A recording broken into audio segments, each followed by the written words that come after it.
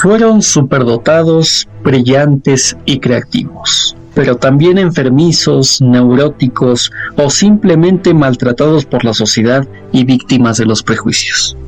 Un ejemplo paradigmático lo encontramos en la figura de Alan Turing. Una placa conmemorativa en la fachada del edificio donde vivía resume en pocas palabras los logros de este gran genio trágico del siglo XX.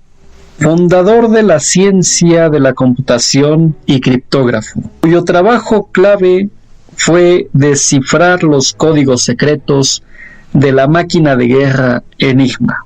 Durante la Segunda Guerra Mundial, un complejo militar muy cercano a Londres, él y otros matemáticos desentrañaron los secretos que la máquina alemana de cifrado de mensajes escondía, lo que permitió a los aliados anticipar los ataques y movimientos de las tropas nazis en el periodo final del conflicto bélico. Su privilegiada cabeza ofreció al mundo muchas ventajas más, como el test de Turing, un criterio según el cual puede juzgarse la inteligencia de una máquina, o el diseño del motor de computación automática, que aportó conceptos fundamentales para el posterior desarrollo de las computadoras. A mediados de 1948 fue nombrado director del Laboratorio de Computación de la Universidad de Manchester, y ahí participó en la creación del software de una de las primeras computadoras reales, pero su profesión se vio truncada enseguida por su condición de homosexual en 1952, donde se le imputaron los cargos de indecencia grave y perversión sexual, los mismos que al dramaturgo Oscar Wilde más de 5 décadas atrás. Se le permitió eludir la cárcel si aceptaba someterse a castración química. 2 años después del juicio, Turing falleció por envenenamiento con cianuro. El juez cerró el caso al dictaminar que se trataba de un suicidio, aunque algunos investigadores creen que fue un asesinato. No sería hasta 2013 cuando recibiera el indulto a título póstumo por orden de la monarca Isabel II, aquel genio perseguido por la puritana sociedad británica de la posguerra. También ideó el primer programa de ajedrez por computadora.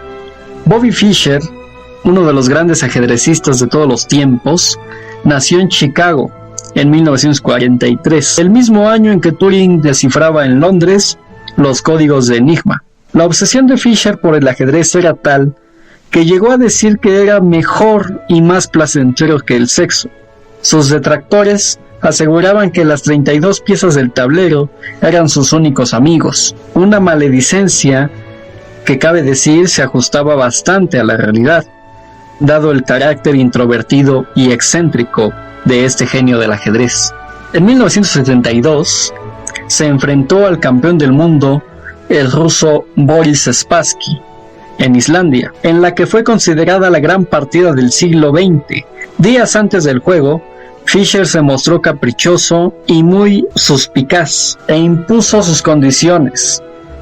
Hizo que cambiaran al árbitro, escogió el modelo del tablero, obligó a alejar a los fotógrafos y a los niños, aduciendo que lo desconcentraban, y medró para que un banquero de Londres aportara 100,000 libras más a los jugadores. Su actitud de prima donna llegó al paroxismo cuando decidió abandonar la primera partida con la excusa de que una cámara de televisión colocada en el techo lo desconcentraba por completo. Días después, volvió a montar una escena al no presentarse en la segunda partida. El árbitro adjudicó la victoria a Spassky por incomparecencia del ajedrecista estadounidense. El público que asistía a la gran partida y los propios medios de comunicación norteamericanos comenzaron a criticarlo por su soberbia y narcisismo. La tercera partida se celebró a puerta cerrada y la perdió Spassky. Tras 2 meses de competencia, el estadounidense obtuvo el campeonato del mundo con 7 victorias, 3 derrotas y 11 tablas. La computadora humana, tal y como lo bautizó la prensa. Acabó con medio siglo de hegemonía soviética una vez que logró el ansiado liderato mundial. Fischer se hizo aún más huraño. A partir de entonces no quiso jugar ninguna partida oficial. En 1992 aceptó celebrar un encuentro amistoso contra su viejo adversario Spassky, en la antigua Yugoslavia. El gobierno de Estados Unidos prohibió jugar a Fischer debido a las restricciones que había impuesto a este país por su intervención en la guerra de Bosnia. Pero el genial ajedrecista hizo caso omiso de la advertencia y disputó la partida, provocando la reacción de Washington, que dictó una orden de búsqueda y captura contra él. Al mismo tiempo que su salud mental se deterioraba, Fischer comenzó a atacar a Israel y a Estados Unidos. A pesar de su ascendencia judía por parte de su madre, el campeón de ajedrez admiraba a Hitler y negaba el Holocausto. También pidió a gritos un golpe militar derechista en su país y apoyó los ataques terroristas contra las Torres Gemelas y el Pentágono. En 2004 fue detenido en el aeropuerto de Tokio por utilizar un pasaporte falso. En los medios de comunicación se pudo ver a un Fischer muy envejecido, desastrado y de mirada perdida. El 18 de enero de 2008 falleció a los 64 años en Islandia. Si damos un salto atrás en la historia para situarnos en la Atenas de Pericles, en el año 5 a.C., nos encontraremos con Sócrates, uno de los grandes genios trágicos de todos los tiempos, cuyo método de enseñanza era dejar hablar a sus interlocutores y fingir que quería aprender de ellos, aparentando ser un hombre ignorante, para luego poner en evidencia la incongruencia de sus afirmaciones. Era el método que se conoce como ironía socrática, el cual queda expresado en su célebre frase: yo solo sé que no sé nada. Junto a Platón y Aristóteles, es considerado uno de los más grandes filósofos de la antigüedad. Era un hombre poco agraciado, bastante gordinflón y de ojos saltones. Siempre llevaba la misma capa llena de lamparones y apenas comía ni bebía, pero tenía una mente privilegiada. Nunca luchó por obtener riqueza o prestigio social. Creía que el primer deber del hombre es ser virtuoso y evitar la injusticia y el mal. El que obra mal se perjudica a sí mismo. Así lo afirmaba. Además señalaba que la maldad y los vicios son producto de la ignorancia y que ninguna persona desea el mal de forma natural. Su inconformismo lo hizo enfrentarse a la incomprensión popular y a las autoridades, que poco a poco fueron señalándolo como un ser ajeno a las convenciones sociales, lo que a sus ojos lo hacía peligroso. Fue condenado a muerte por corromper a la juventud y no reconocer a los dioses atenienses. Platón, que no pudo asistir a los momentos finales de su maestro, cuenta que Sócrates pudo haber eludido la condena, pero que prefirió acatarla y quitarse de en medio. Con 70 años de edad, el filósofo se suicidó, ingiriendo una dosis mortal de cicuta. Su portentosa genialidad no pudo evitar su trágico final. Otros genios han muerto en la indigencia y olvidados, como Maquiavelo, que tras ser condenado en 1512 y perdonado 9 años después, volvió a dar a la cárcel. Aunque pronto sería liberado, el Papa Clemente VII le abrió las puertas de la política y le encargó un libro sobre la historia de Florencia. Sin embargo, poco después fue acusado de alta traición por apoyar a los Medici, cuando la vez anterior lo habían encarcelado precisamente por propiciar un golpe de estado contra la poderosa familia florentina. Sin apoyos políticos ni ningún tipo de mecenazgo, el gran pensador toscano volvió a refugiarse en su pequeña casa de San Casiano, su pueblo natal, donde sobrevivió gracias a las exiguas rentas que le proporcionaba el campo.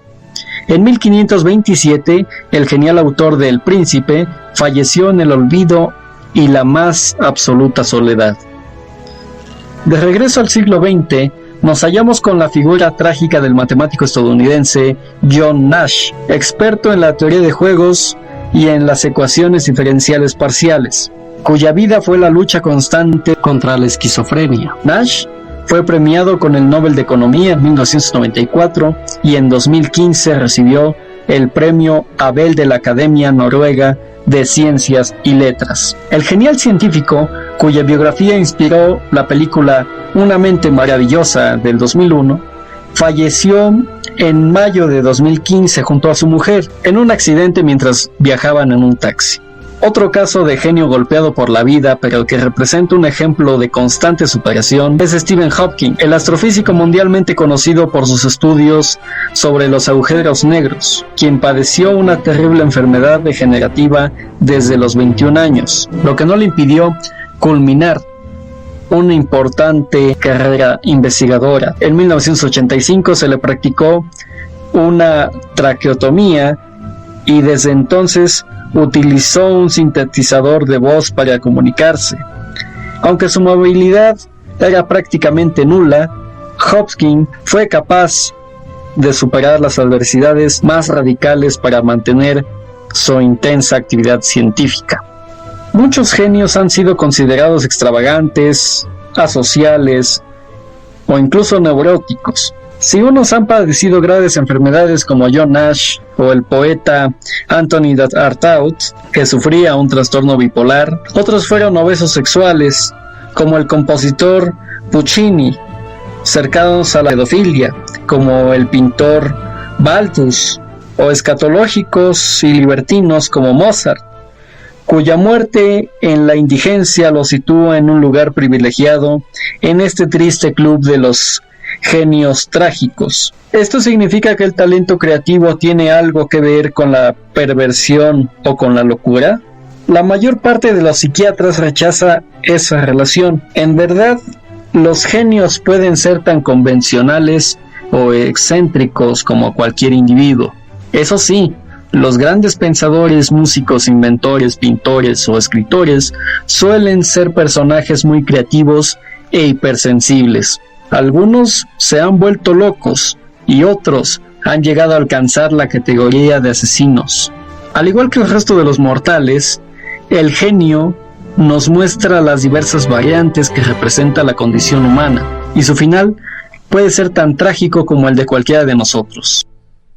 La Tate Gallery muestra en una de sus salas un pequeño cuadro titulado El golpe maestro del leñador duende, que los expertos consideran una de las joyas que alberga este museo londinense.